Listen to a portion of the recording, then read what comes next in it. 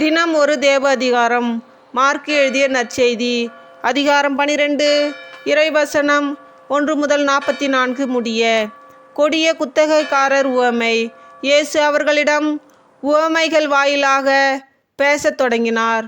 ஒருவர் ஒரு திராட்சை தோட்டம் போட்டு சுற்றிலும் வேலி அடைத்து பிழிவு குழி வெட்டி ஒரு காவல் மாடமும் கட்டினார்.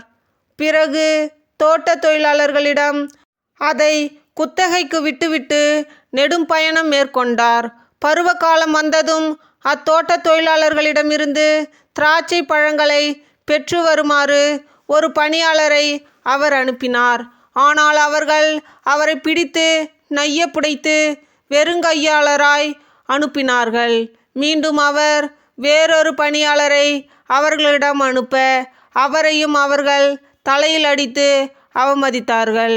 அவர் மேலும் ஒருவரை அனுப்ப அவரையும் கொலை செய்தார்கள். அவர் வேறு பலரையும் அனுப்பினார். அவர்களும் சிலரை நைய புடைத்தார்கள், சிலரை கொன்றார்கள். இன்னும் எஞ்சியிருந்தவர் ஒருவரே. அவர் அவருடைய அன்பு மகன். தம் மகனை அவர்கள் மதிப்பார்கள் என்று அவர் நினைத்து கொண்டு இறுதியாக அவரை அவர்களிடம் அனுப்பினார்.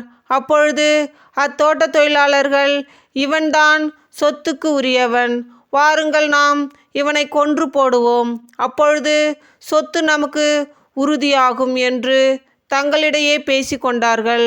அவ்வாறே அவரை பிடித்து கொன்று திராட்சை தோட்டத்திற்கு வெளியே எறிந்து விட்டார்கள். திராட்சை தோட்ட உரிமையாளர் என்ன செய்வார்? அவர் வந்து அத்தொழிலாளர்களை ஒழித்துவிட்டு திராட்சை தோட்டத்தை வேறு ஆள்களிடம் ஒப்படைப்பார். கட்டுவோர் புறக்கணித்த கல்லே கட்டிடத்துக்கு மூலைக்கல் ஆயிற்று. ஆண்டவரால் நிகழ்ந்துள்ள இது நம் கண்களுக்கு வியப்பாயிற்று என்னும் மறைநூல் வாக்கை நீங்கள் வாசித்தது இல்லையா என்று அவர் கேட்டார். தங்களை குறித்தே அவர் இந்த உவமையை சொன்னார் என்பதை அவர்கள் உணர்ந்து கொண்டு அவரை பிடிக்க வழி தேடினார்கள். ஆனால் மக்கள் கூட்டத்துக்கு அஞ்சினார்கள். ஆகவே அவரை விட்டு அகன்றார்கள். சீசருக்கு வரி செலுத்துதல். பரிசேயர் இயேசுவை அவருடைய பேச்சில் சிக்க வைக்க ஏரோதியர் சிலரை அவரிடம் அனுப்பி வைத்தனர். அவர்கள் அவரிடம் வந்து, போதகரே, நீர் உண்மையுள்ளவர், ஆள் பார்த்து செயல்படாதவர், எவரையும் பொருட்படுத்தாமல் கடவுளின் நெறியை உண்மைக்கு ஏற்ப கற்பிப்பவர் என்பது எங்களுக்கு தெரியும். சீசருக்கு வரி செலுத்துவது முறையா இல்லையா? நாங்கள் செலுத்தவா வேண்டாமா என்று கேட்டார்கள். அவர் அவர்களுடைய வெளிவேடத்தை புரிந்து கொண்டு, ஏன் என்னை சோதிக்கிறீர்கள்? என்னிடம் ஒரு தெனாரியம் கொண்டு வாருங்கள், நான் பார்க்க வேண்டும் என்றார். அவர்கள் அதை கொண்டு வந்தார்கள். இயேசு அவர்களிடம், இதில் பொறிக்கப்பட்டுள்ள உருவமும் எழுத்தும் யாருடையவை என்று கேட்டார். அவர்கள் அவரிடம் சீசருடையவை என்றார்கள். அதற்கு இயேசு அவர்களை நோக்கி, சீசருக்கு உரியவற்றை சீசருக்கும் கடவுளுக்கு உரியவற்றை கடவுளுக்கும் கொடுங்கள் என்றார். அவர்கள் அவரை குறித்து வியப்படைந்தார்கள். உயிர்த்தெழுதலை பற்றிய கேள்வி.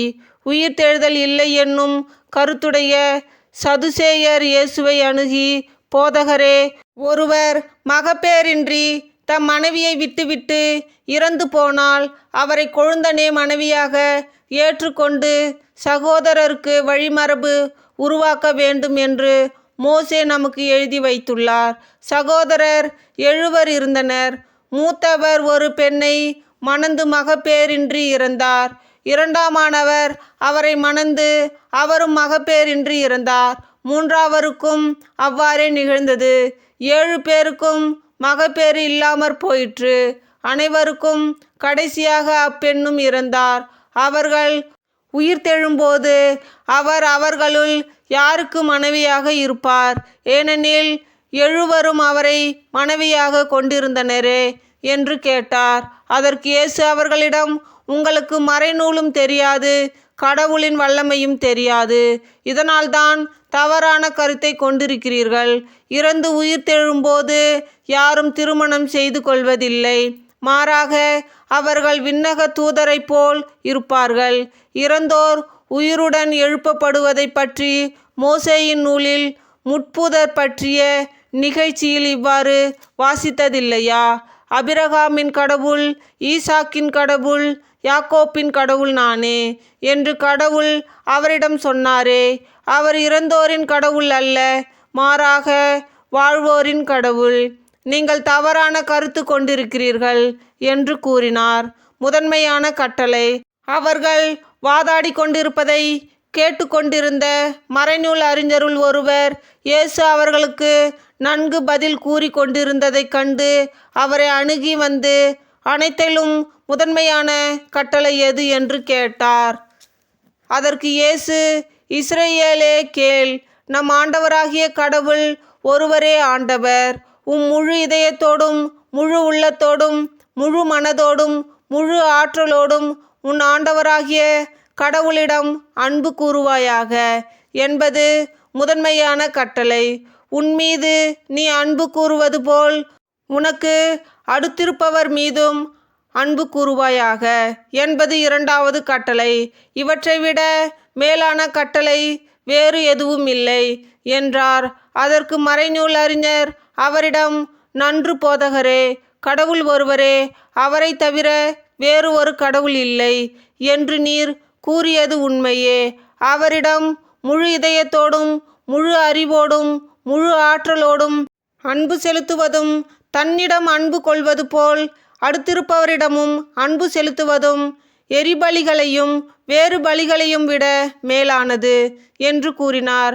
அவர் அறிவுத்திறனோடு பதிலளித்ததைக் கண்ட இயேசு அவரிடம், நீர் இறையாட்சியினின்று தொலைவில் இல்லை என்றார்.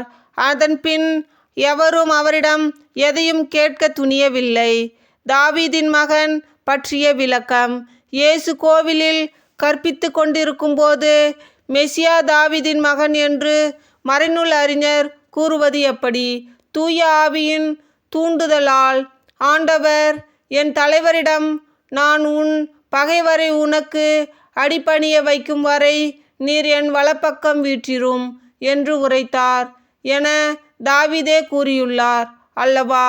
தாவீது அவரை தலைவர் என குறிப்பிடுவதால் அவர் அவருக்கு மகனாக இருப்பது எப்படி என்று கேட்டார். அப்போது பெருந்திரளான மக்கள் இயேசு கூறியவற்றை மனமுகந்து கேட்டு கொண்டிருந்தார்கள். மறைநூல் அறிஞரை குறித்து எச்சரிக்கை.